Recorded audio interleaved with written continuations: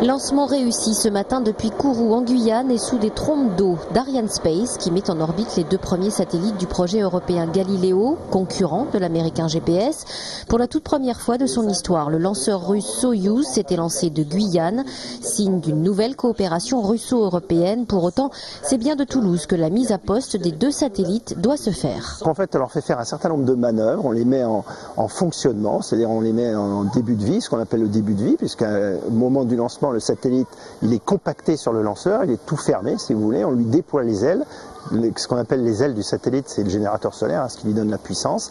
Et une fois qu'il a la capacité d'alimentation électrique, il a son chauffage, qu'il est parfaitement en fonctionnement, on le fait dériver sur l'orbite pour le poser à l'endroit final où il fera son service opérationnel.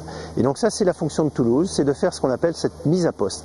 Et ce n'est qu'à partir de la mise en orbite des 10 premiers satellites que le système de navigation Galileo pourra véritablement fonctionner. On parle de 2016.